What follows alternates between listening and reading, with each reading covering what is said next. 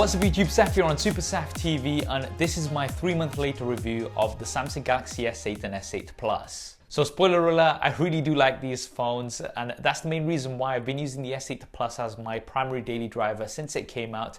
And there's lots of good reasons for that, which we'll be covering in this video. And although we'll mostly be talking about the S8 Plus in this video, we'll also be touching on the S8, which has the same features with some minor differences. So to start off with, I have to say that these have the best smartphone displays on the market right now. And they're called infinity screens for a good reason. You barely have any bezels, which means you get a huge 6.2-inch display on the S8 Plus in a relatively compact body. Comparing this to something like the iPhone 7 Plus, you can clearly see how much of a bigger display you have with a similar size shell. And with the regular S8, you get a 5.8-inch display in a much more compact form factor. Now, these aren't the first smartphones with minimal bezels, but they are the first smartphones with minimal bezels and curved displays. The edges are beautifully curved over on both sides and are symmetrical on the back too, which not only make these look great, but also more comfortable to hold. The new design also brings a new aspect ratio 18.5:9 instead of the standard 16:9 we see on smartphones. And what this means is that you get much more onto your screen vertically, which is ideal for when you're scrolling through apps such as Twitter, Facebook, and Instagram.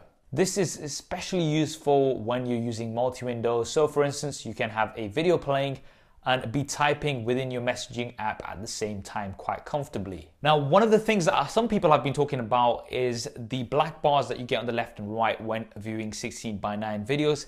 Personally, for me, this hasn't really been an issue because on a traditional device, you'd have a similar viewing experience, except those black bars would be bezels. Also, you can always crop to fit, but that will cut off some of your video. These are also Super AMOLED displays, which means you get vibrant colors, deep blacks, and super sharp details because of the Quad HD Plus resolution. Now personally, I have my S8 Plus mostly in full HD mode, mainly because at a normal viewing distance, I don't think you need that amount of detail, but having Quad HD Plus is ideal for VR, and these work great with the Samsung Gear VR 2. Another reason to switch to full HD mode is to save on battery life, and the S8 Plus for me has been pretty good overall. Now, battery life can vary depending on your usage and if you're mostly on Wi-Fi or 4G, but on a general day, I get about 4 to 5 hours of on-screen time on the S8 Plus.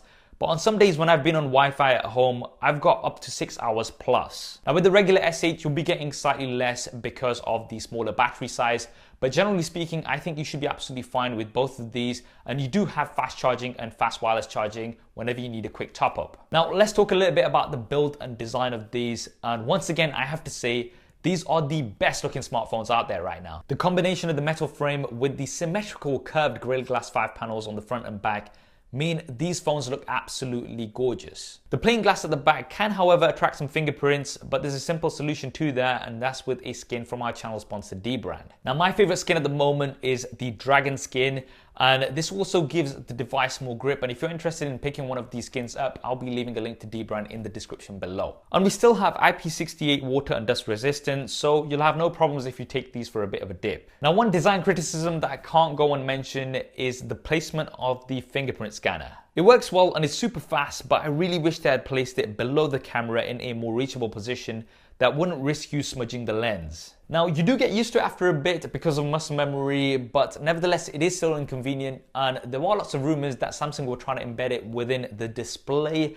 but they didn't manage to do this in time. And it doesn't look like they're going to be able to do it in time for the Note 8 either. So hopefully we'll have a fingerprint scanner embedded within the display for the S9s. Now, there is an alternative and secure method to unlock your device, and that is with the iris scanner. It works well in general, but does take longer than the fingerprint scanner.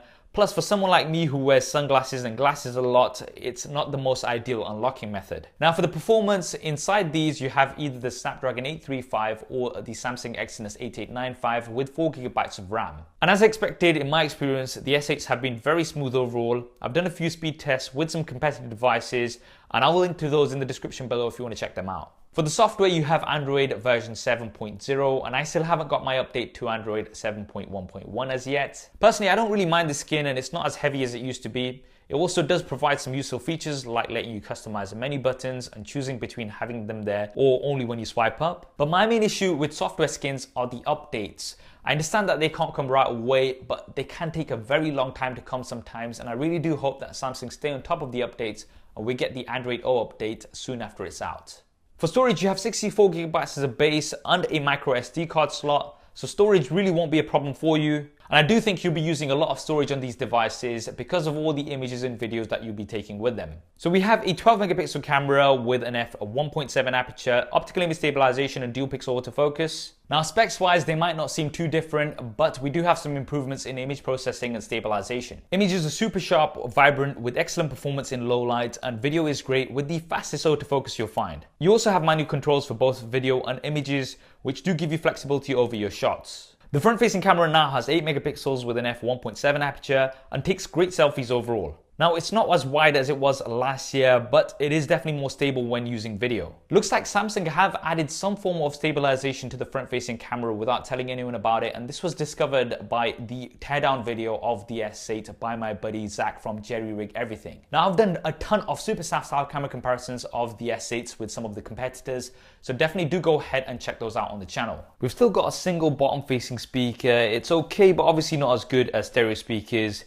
You do, however, get some AKG earphones out of the box, which do sound pretty good. Now let's talk about Bixby, Samsung's very own personal assistant, which can be launched via the dedicated button below the volume buttons. So firstly, the voice assistant hasn't fully rolled out yet, and it's not here in the UK right now anyway, so I can't really tell you much about that. But from what I've seen, it does perform pretty well, letting you take actions within apps. There's also the Bixby Visual Assistant, where you can point the camera at things such as buildings and products, and it's going to pull up some more information about those. It works okay in my experience. I mean, I was in Dubai, I pointed this at the Burj Khalifa, and sure enough, it did bring me some information about the Burj Khalifa. But generally speaking, I haven't found myself using it too much. One of the things that I do like is the reminder it gives you to switch on your alarm, for instance. I'm not sure how to activate this to make it remind you when you've not switched one off or anything, but I have noticed it pop up now and then, and that has been definitely useful. So guys, that is my 3-month later review of the Samsung Galaxy S8 and S8 Plus.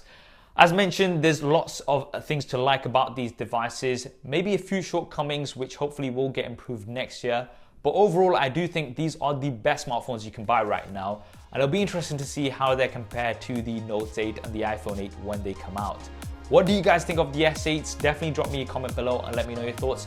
I hope you enjoyed this video and found it useful. If you did, then please do hit that thumbs up button for me. It really does help me out. And if you haven't already, then be sure to subscribe and switch on notifications. There's plenty more content coming up on here. Thanks for watching. This is Saf on SuperSaf TV, and I'll see you next time.